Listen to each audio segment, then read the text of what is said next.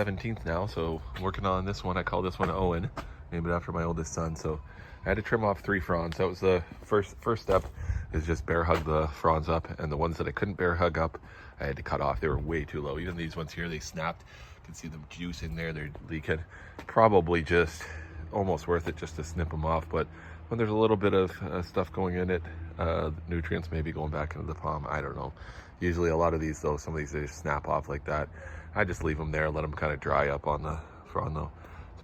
This one's really tall. It's gonna be a little too tall for the box, if I'm being honest, but it's okay. We'll cram them in there somehow. Here's the trunk. Here's a US, I think these are 17s here. I can't remember here. I'm gonna put my US 17 foot right beside the trunk here. Here we go. Here's all the pieces. I just leave all the pieces here. It's only about 10 minutes in it right now. I just this one here, I built the frame. I just put the frame up, and I got it. I kind of have the ground notched to where these go because this is a hill here. So I haven't really actually done anything with the edging on this palm, which is nice because then they kind of sit in the holes where they sat last winter. So I did that, and then I built these two, and then I connect them together, and then I sized it up with this sheet. So I make sure that the legs are in the right spot, and then I pegged them both.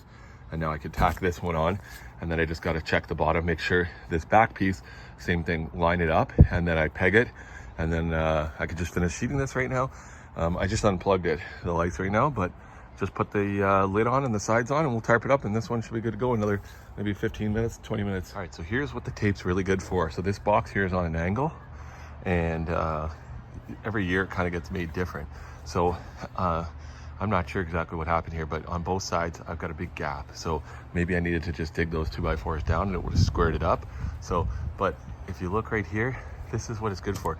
So it's not the right size. Again, like sometimes you're putting it back together. I don't even trim the pieces off. I just leave it in case one time I make it bigger. Not sure why the top worked out like that too, but this box part of it got eaten and I had to use other pieces. So that might be the case, but you use the tape for stuff like this. See how you seal that down? Kind of hooks into there, keeps it so that this isn't gonna blow, and kind of seals it up. This is what I really like the tape for, because without this part here would have been all open. So I put it in layer like this, cut a little strip if you're making it, because when you're doing it year after year. So cut a little strip now, and we're gonna tape this in here. I'll show you what it looks like when I'm done and how see how nicely sealed that is. Look at this. This tape works great, especially on this type of insulation. I don't like this insulation as much as the like pink stuff like that, but this, when it goes on here with that type of tape, this sheet metal tape, duct tape, it's for sealing ducts, like HVAC ducts. This, like, you're not getting anything in there, and these are kind of the important parts at the top, because if you have big gaps here, it's letting out all your heat. So this kind of caps in your heat, and the real cold is coming from here, not down below, because the ground has lots of warmth. The real air, the wind, ice cold air, is coming from up here. So important to have that double roof that I just mentioned, or that I always mention, having another piece of insulation in here, and then on top of that you put your roof, so you have extra insulation on the top, and try to seal in the top as best as you can. That's the important part. Down here you can have gaps, you can have air, you could kick snow or you could kick mulch or whatever, but even if there's a gap just like that there and you could fit your fingers in, that's not as big of a deal, because the ground heat's going to still put that up. The part that you're more concerned about is up here. All these areas here is where the cold comes in from the top of the box. So do it like that. That's a great, like, now this is all sealed in. Like I said, I don't even cut the insulation off, just tape it all together. That's what I really like to tape for. I never have to tape the sides or anything like this. These panels here, because they got messed up from a squirrel eating them, I had to cut it into 3 pieces. So then, and they were not even cuts when I put them back together. So that's the only reason why I tape that too, to seal that in. So again, it works really great for that. Sealing this all in, sealing in the top corner, like this is makes it solid too, stiffens it up, makes wind not catching it.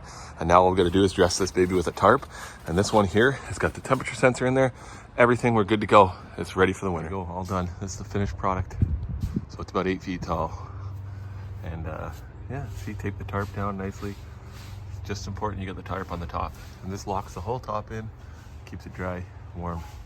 And that's most important, is just kind of to keep it dry. And then this is just so you don't get a lot of air trying to blow the tarp away. Sometimes it still will, but I usually tape it down to the sides like that, and I screw through it to hold it on. So yeah, that's it. There's one more down. I got this big one at the fence to do, and then these 2 big ones, and that's it for the backyard. I started a fire to try to get rid of some of the wood. This is all the old wood. It's all burnt, it's all rotten. all rotten and breaking, so it's not burning great, but it is burning. You can see how much it's smoking. You can't use it for building these anymore, though. It keeps getting fungus. I'm gonna have to build these out. I might have to rebuild a bunch of them in the spring or fall next year. I'm just gonna try to limp through this year. I might even have to, I think I have to buy all new wood for these two, and maybe the front ones. So I might just burn it all. Sorry about my neighbors making noise over there with a leaf blower. But to make these two, I got the foam, but I don't think I got enough wood. It's all over there, it's all trash. It's all, when I leave it on the ground, it keeps getting water on it and it stays moist and they start to rot. So this one here, I got 2 of the legs out of pressure treated. I think I might do that, just buy pressure treated, and hopefully that'll mitigate some of the problem. It'll definitely last longer. A lot of them are getting quite old though. I've had them 5 and 6 years, so they're getting, this thing is huge. So I think that's 11 foot. I think they were 9-footer 2x4s or something like that. I can't remember.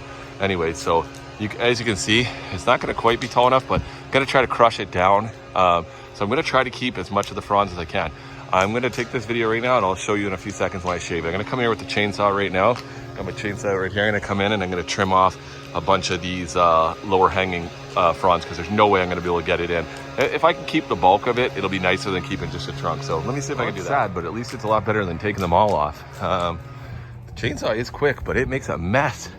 Kind of rips the fibers and strips it, and I don't know. I know they use them all over the place in California and Florida. They use a chainsaw, but I don't know. I don't like using that. Feels like it's ripping the hell out of this. It's hitting some of this stuff too and making a mess. I don't know. I mean, those are gonna come off anyways with the boots there, but I don't like the extra damage it's doing to the, it really takes a nice bite out of it.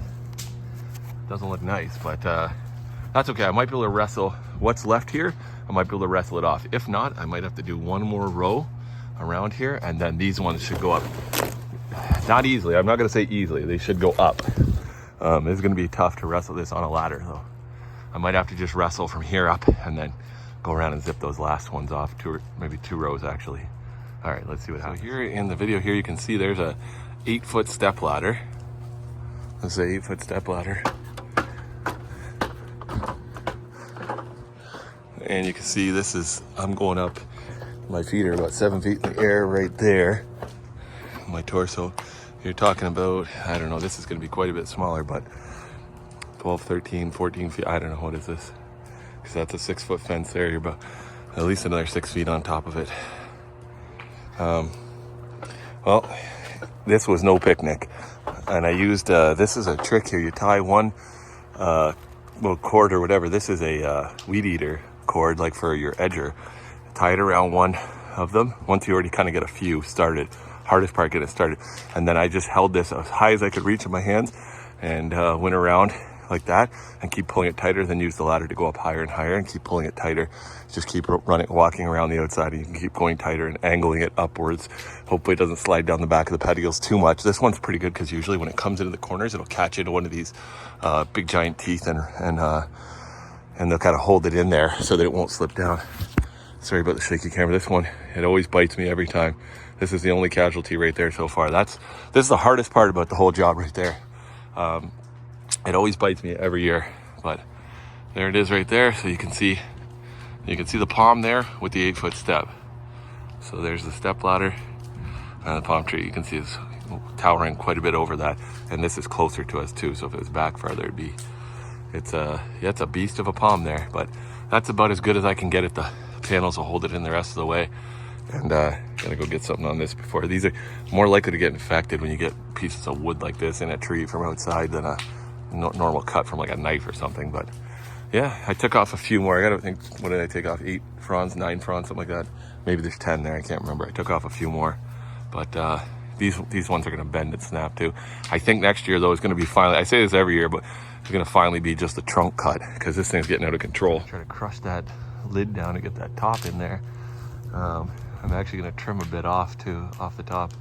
I made the box slightly smaller because I had these pressure treated 2x4s, so that's the size it's gonna be. It's actually gonna get cut down about 5-6 inches, and then I'm gonna have to really cram those fronds in there. But that's pretty much it right there, guys. A tarp over the whole thing, and I gotta open the bottom up to put the temperature sensor in, and that's about it. Thanks for watching, guys. Like and subscribe, more palm tree videos. Let's get to the next one tomorrow, maybe.